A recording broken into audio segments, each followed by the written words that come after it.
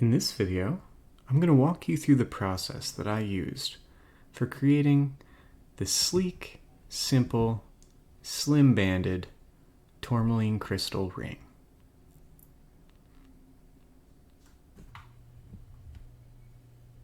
For this project, I've cut two 5.5-inch segments of 21 gauge square, one 14 gauge half round in 5.5 inches, one 18 gauge half round in 6 inches, and 2 feet of 22 gauge half round.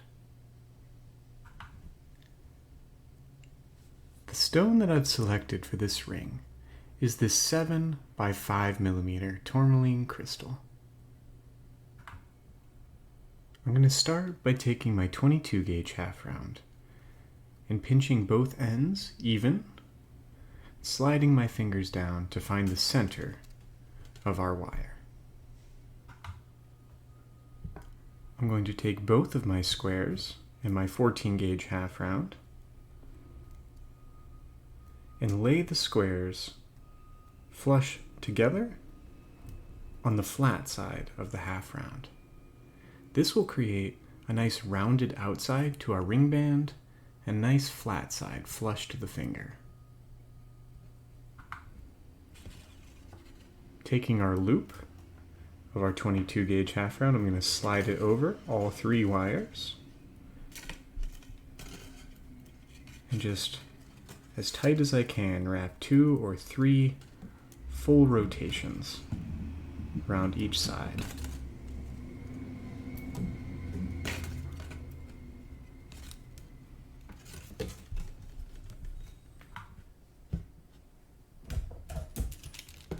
Once I have a few rotations around all 3 wires, I'm going to take my pliers, clamp that coil so that it fits nice and snug around the shape of our ring shank.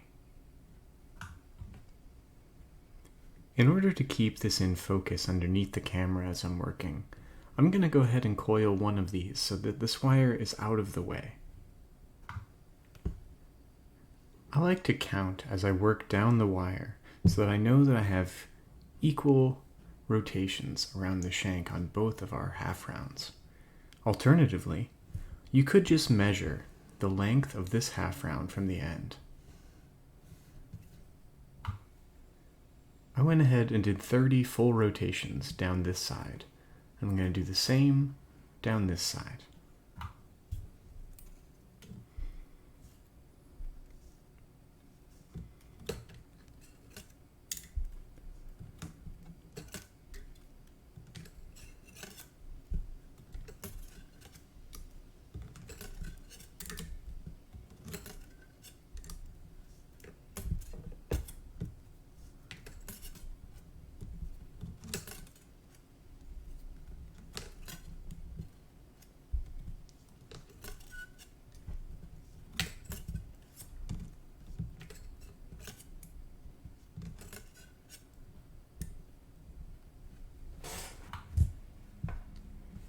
Now that I have equal rotations around both sides, I'm going to go ahead and peel the 14 gauge slightly away from my squares. From here, I'm going to go ahead and wrap just around the squares 10 times each.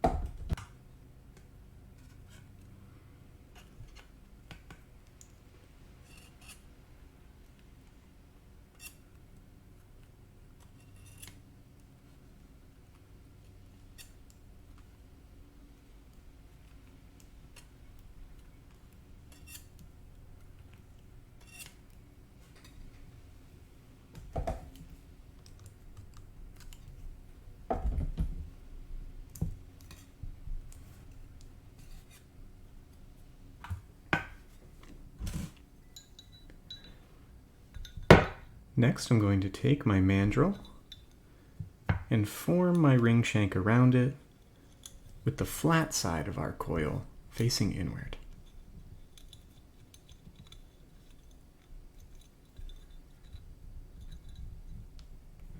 If I pull these 14 gauge out of the way, there should be just enough uncoiled wire on the squares to be wide enough for our stone to sit on. Putting our ring shank to the side for a moment, I'm going to go ahead and take our 18 gauge, fold it in half, and find the center point for this wire as well. I'm going to slide that loop around all 4 of our center square wires, making sure that as I do, it comes across over the top on the same side that our wires are at. If I reverse it, it'll make it slightly more complicated to set the stone later on. I'm going to take this 18 gauge through,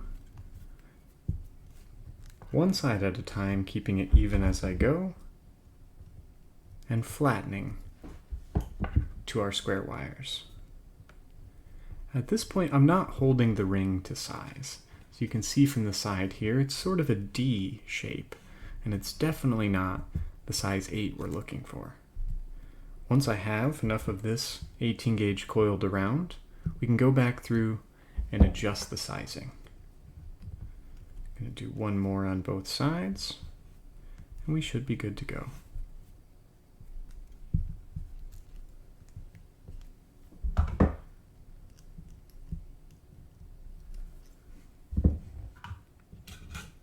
What I'm looking for with this coil here is there should be just enough coiled space to sit underneath the stone so it'll sit comfortably in its setting.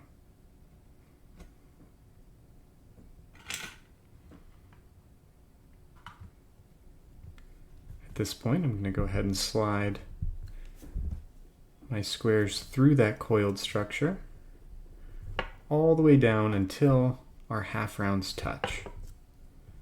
Once I have it tight, I can take my pliers and bend a slight kink upwards in those squares.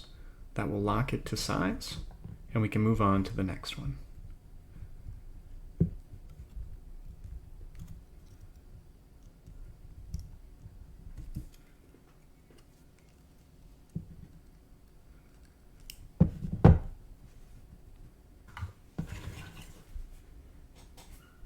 Once we have all of those squares bent so that it's locked, we can double check for size. It should be slightly looser than the actual size you're looking for. That way you have some space to work with as you connect those wires here back to the shank of the ring. If it's too large, you can uncoil some of the 22 gauge that's around just the squares. Slide your squares through this section again, just to make sure that they still meet flush. If it's too small, you can coil more of your 22 gauge around those 2 squares to adjust the sizing. To begin setting the stone, I'm going to start by bringing both of my 18 gauge half rounds straight across the top on the inside of the squares. Slide our stone into place between the squares.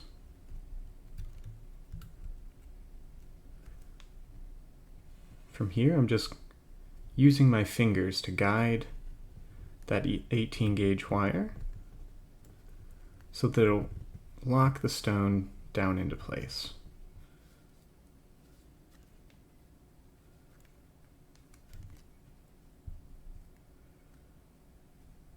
Coming around over the top of the corner of the stone,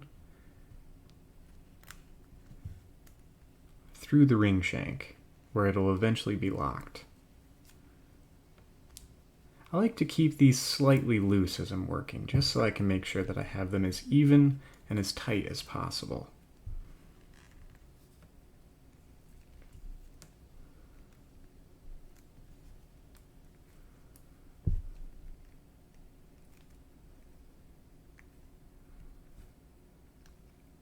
Something to keep in mind when you're working with a natural crystal instead of a cab or a faceted stone is that there will be some variation to the pattern that prevents it from being perfectly symmetrical. In my case, I'm going to do the best that I can to make sure that the stone sits as centered on the ring as I can and as symmetrical as possible, even though the crystal itself isn't perfectly symmetrical. Next, I'm going to take my innermost square. I'm going to bend it across the top of the ring and back over, creating a nice little semi-spiral by the stone. And then I'm going to trace it along on the inside of the half round that's securing the stone into place.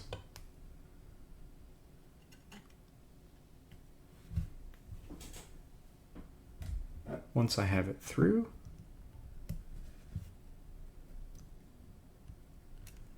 I'm going to pull it through the ring shank, making sure that the square, or the flat side of the square, faces in towards the finger.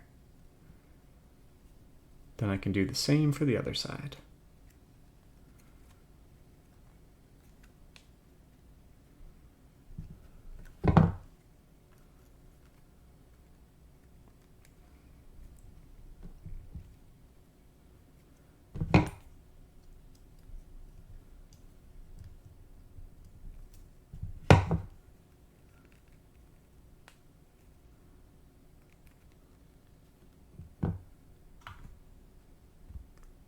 Once I have both of those secured, I can trim my square and half round ending short and pinch them down flush to the top of the ring band. Gonna do the same on the other side here.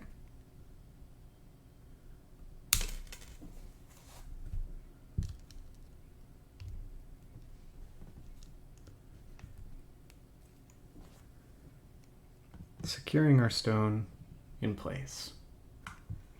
Next, I'm going to take our remaining 22 gauge here and wrap it around our last square. When I'm starting that coil, I want to get it as tight as possible so that there's a smooth transition between the half round from the band into this coil that we'll make around the square.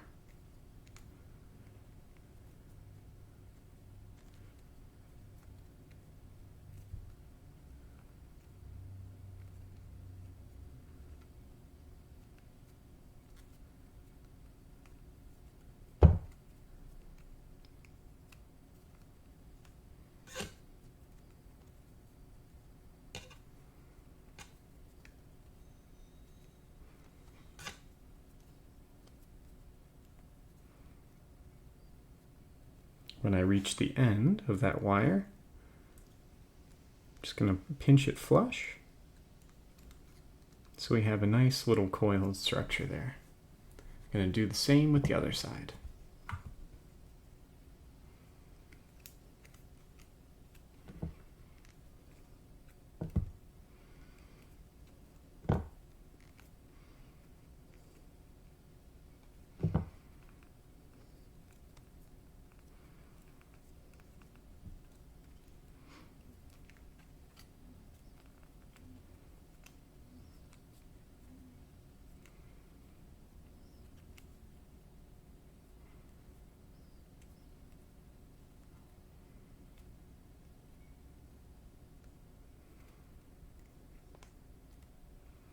Now I do have some slightly more wire on this side than I had on this side. This just means that when I started at the very beginning and I pinched around the center of our shank, my measurements weren't quite precise. In this case, it's not that big of a deal, but it's something to be aware of if you want it to be perfectly symmetrical. In my case, I'm going to go ahead and just trim that excess off and pinch it down. The next wires that I'm going to connect are going to be the 14 gauge half rounds. These can be a little bit tricky to form. I like to use my fingers, but it may be easier for you to use nylon tipped pliers. First, I'm going to bend it out slightly to one side where we have that coil so that it can sit just on the outside of our structure of square and half round. Once we reach that point, I'm going to start bending it back the other way.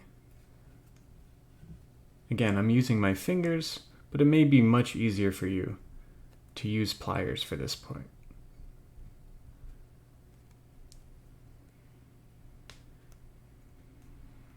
Ideally, it's going to fit just like this,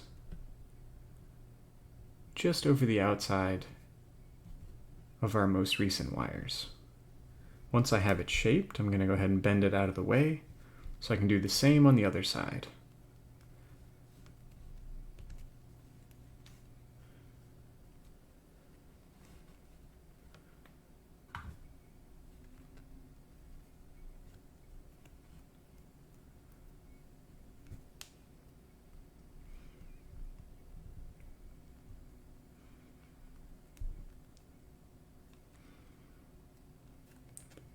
Now when I flatten both of these down, I'm going to need to feed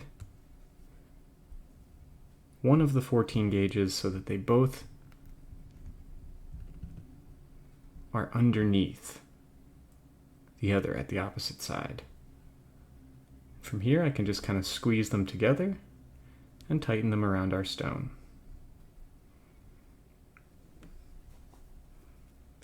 I'm going to bend them both straight through our ring shank here. And just very carefully, one at a time, start tightening them into place.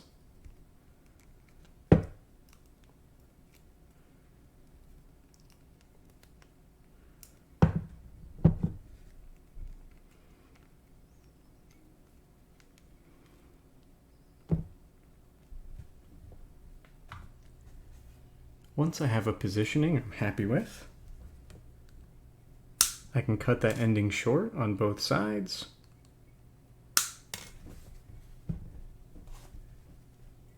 And flatten it to the surface of the ring underneath where the 14 comes out of the coil.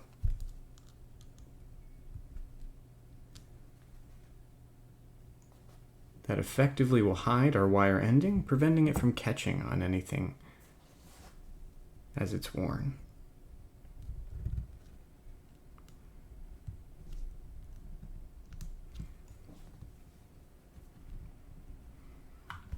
And of course, last but not least, I'm going to take my final wire, just bending it around the outside of the stone and feeding it underneath our 14 gauge here.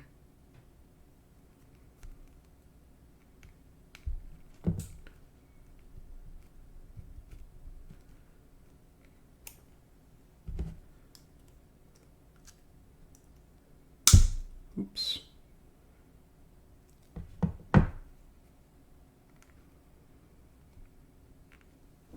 And I'm going to do the same with this wire, where I just cut it short and flatten it to the surface of the ring, just underneath where our 14 gauge comes out of the coil here.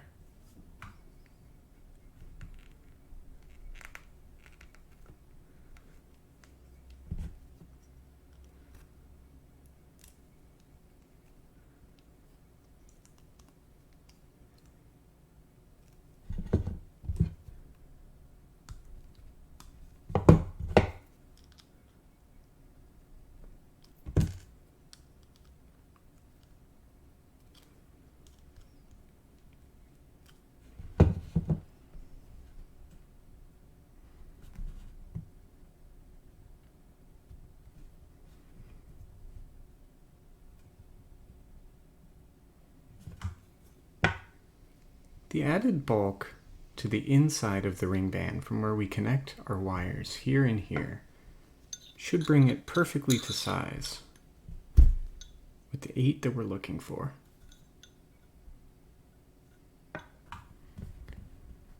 And here we have the finished ring.